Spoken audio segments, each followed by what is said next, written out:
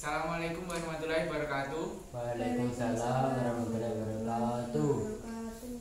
Sebelum memulai pembelajaran pada siang hari ini, kita berdoa terlebih dahulu. Berdoa sebelum belajar. Berdoa dimulai. Bismillahirrahmanirrahim. Raditu billahi robba wa bil islami dina wa bi muhammadin nabiyya wa rasula. Rabbi zidni ilma warzuqni fahma waj'alni min ibadikas sholihin. Bagaimana kabarnya hari ini? Baik. Alhamdulillah. Ini cuaca sedang musim panas ya. Mohon dijaga kesehatannya, ya tetap semangat dalam mengikuti pembelajaran. Sebelum dimulai, saya absen terlebih dahulu. Apakah ada yang tidak masuk hari ini? Masuk semua, Pak. Masuk semua. Saya absen terlebih dahulu supaya lebih gampang. Mario Hari Setiawan, Hadir. Amelia. Nah, selanjutnya silakan untuk dipersiapkan buku-bukunya, dikeluarkan. Dibuka bab 9. Nah, sebelum masuk ke bab ini, ada yang ingat pertemuan kemarin kita membahas tentang apa? Membahas akhlak tercela. Akhlak tercela, ya bisa. Untuk pertemuan sebelumnya yaitu akhlak tercela dan membiasakan akhlak yang baik. Contoh akhlak tercela apa?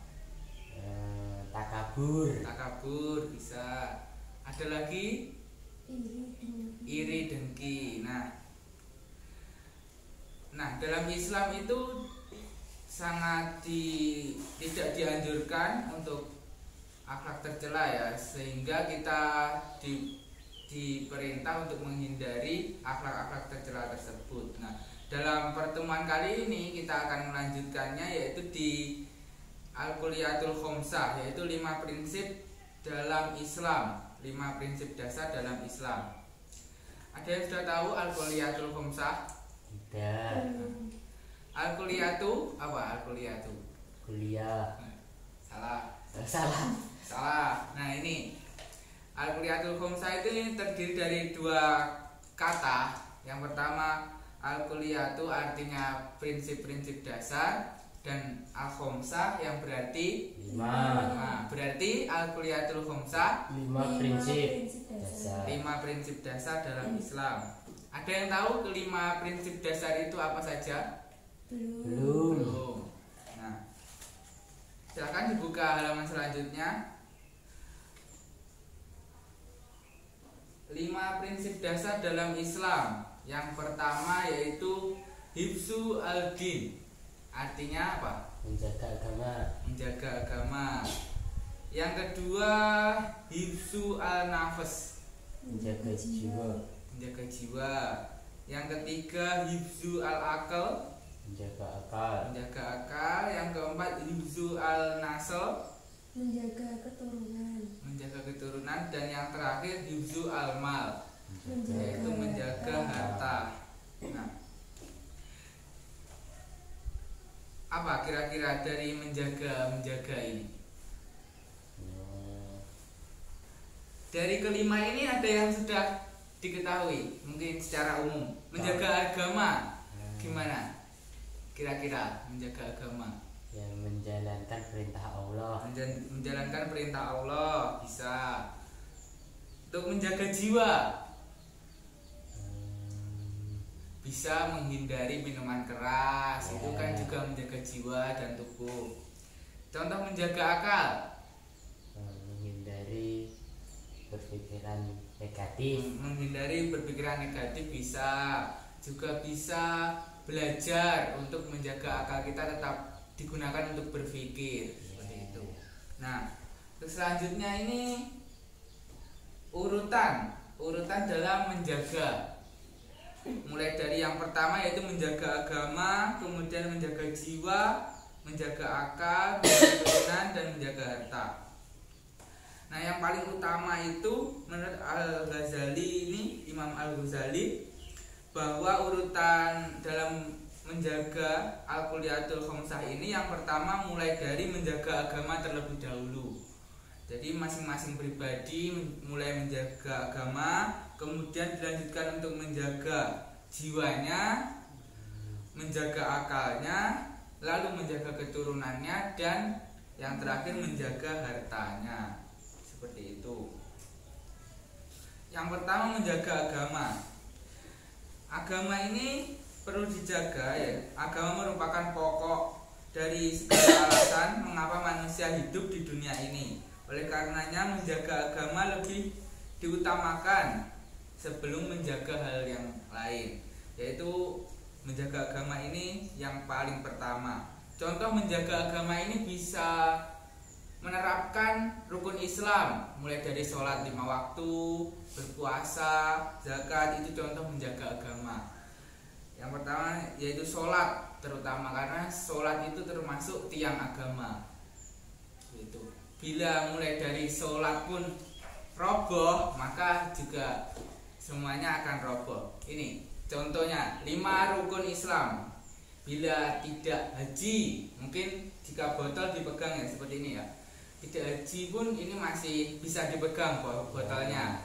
Tidak zakat masih bisa dipegang botolnya. Tidak zakat, tidak puasa masih bisa dipegang botolnya. Nah, apabila ini tidak sholat, maka botol yang dipegang pasti akan jatuh. Mungkin kurang lebih seperti itu. Nah, ini alasan mengapa agama harus dipelihara, karena agama merupakan kumpulan akidah, ibadah, dan muamalah untuk mengatur hubungan antara manusia maupun antara manusia dengan Tuhannya. Yang kedua menjaga jiwa atau hifzu al-nafs. Nah, menjaga jiwa ini contohnya seperti tadi, tidak meminum minuman keras ataupun racun mungkin yang tidak menyakiti tubuhnya.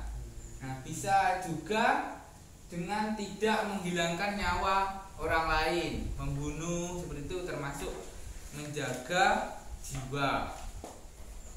Yang ketiga, hifzu al-aql, yaitu menjaga akal. Nah, akal ini manusia sebagai makhluk Tuhan yang sempurna, yang dibekali akal, yang berbeda dengan hewan. Tentu akal ini merupakan karunia Tuhan yang sangat besar. Nah, oleh karena itu untuk menjaga akal ini agar digunakan untuk memikirkan perpindahan langit siang dan malam, contohnya dalam Al-Quran. Terus perputaran bumi, dan digunakan untuk berpikir yang kritis, seperti itu, menjaga akal. Nah, untuk menghindari tayangan yang berbau maksiat dan tayangan yang dapat merusak daya pikir manusia. Selanjutnya menjaga keturunan, hifzu al-nasl.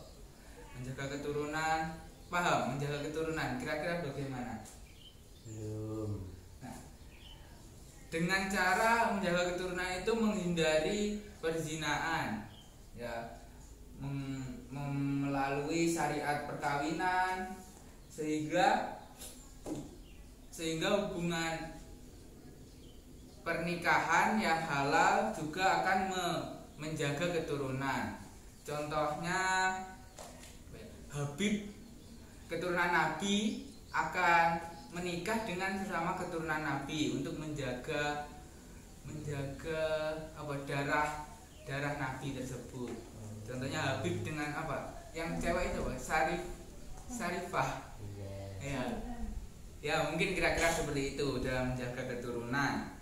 Dan juga bagi yang cowok ini bisa memilih calon ibu untuk anak-anaknya yang sekiranya memenuhi syariat Islam, supaya keturunannya bisa terjaga. Dan yang terakhir yaitu hifzu al-mal, yaitu menjaga harta. Nah, dalam Islam menjaga harta ini tidak hanya dalam dalam menjaga harta yang dimilikinya, tetapi juga dalam proses mencari harta tersebut. Apabila harta itu didapat dari korupsi tetapi digunakan untuk hal-hal yang baik, maka itu juga salah, karena dalam mendapatkannya pun itu sudah hal yang salah, tidak baik. Seperti itu. Dari kelima tadi mungkin sudah paham. Yang pertama tadi apa? Menjaga apa? Menjaga agama. Yang kedua menjaga jiwa. Yang ketiga menjaga akal. Yang keempat menjaga keturunan. Dan yang terakhir menjaga harta. Nah, ini cara menjaga.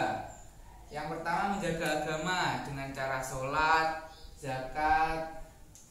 Menjaga jiwa dengan minum dan makan makanan yang bergizi dan halal tentunya. Menjaga akal dengan mencari ilmu, belajar. Menjaga keturunan, nikah. Dan menjaga harta dengan cara jual beli atau mencari rezeki yang halal. Nah, untuk tugas selanjutnya nanti silahkan anak-anak membuat kelompok.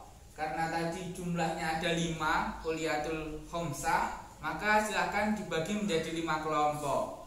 Dan nanti masing-masing kelompok akan membahas mengenai pengertian tadi, kelima tadi. Misal kelompok 1 mendapat hifzu al-din, menjaga agama. Nanti bisa ditulis, dirangkum bersama teman kelompoknya, mulai dari pengertian, lalu penerapannya dalam kegiatan sehari-hari seperti apa.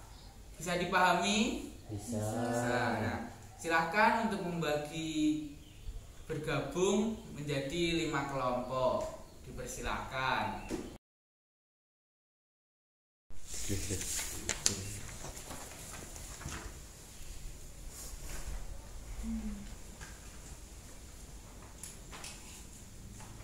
Apakah dari masing-masing kelompok sudah selesai? Sudah.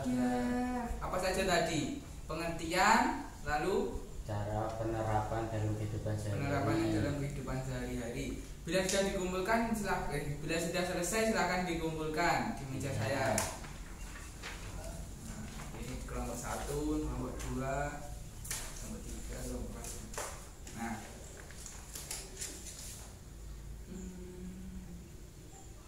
baik, ini tadi ada salinannya apa enggak di catatannya masing-masing?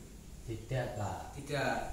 Nah, ini nanti saya harap di pertemuan selanjutnya nanti kita masih berada di bab ini. Silakan nanti di pertemuan selanjutnya masing-masing kelompok itu maju untuk menjelaskan apa yang sudah dikerjakan di kelompoknya. Bisa dipahami? Bisa. Baik, mungkin apakah ada pertanyaan mungkin dari sini? Cukup. Mungkin sudah jelas ya berkaitan dengan Al-Kuliyatul Khomsah ini, yaitu tentang 5 prinsip dasar Islam secara umum kita bahas hari ini, yaitu berkaitan dengan menjaga agama, menjaga jiwa, menjaga akal, menjaga keturunan, dan menjaga harta. Mungkin di pertemuan kali ini kita masih membahas secara umum, dan saya harap di pertemuan selanjutnya masing-masing kelompok ini akan maju mempresentasikan hasil kerja kelompoknya, dan kita akan mengulas lebih dalam lagi berkaitan Kuliyatul Khomsah ini. Nah, mungkin itu dulu di pertemuan kali ini. Kita akhiri dengan doa kafaratul majelis. Bismillahirrahmanirrahim. Subhanakallahumma wa bihamdika asyhadu an la ilaha illa anta astaghfiruka wa atubu ilaik. Baik, terima kasih atas perhatiannya. Kita jumpa lagi di minggu depan. Ada kurang lebihnya mohon maaf. Saya akhiri. Wassalamualaikum warahmatullahi wabarakatuh. Waalaikumsalam warahmatullahi wabarakatuh.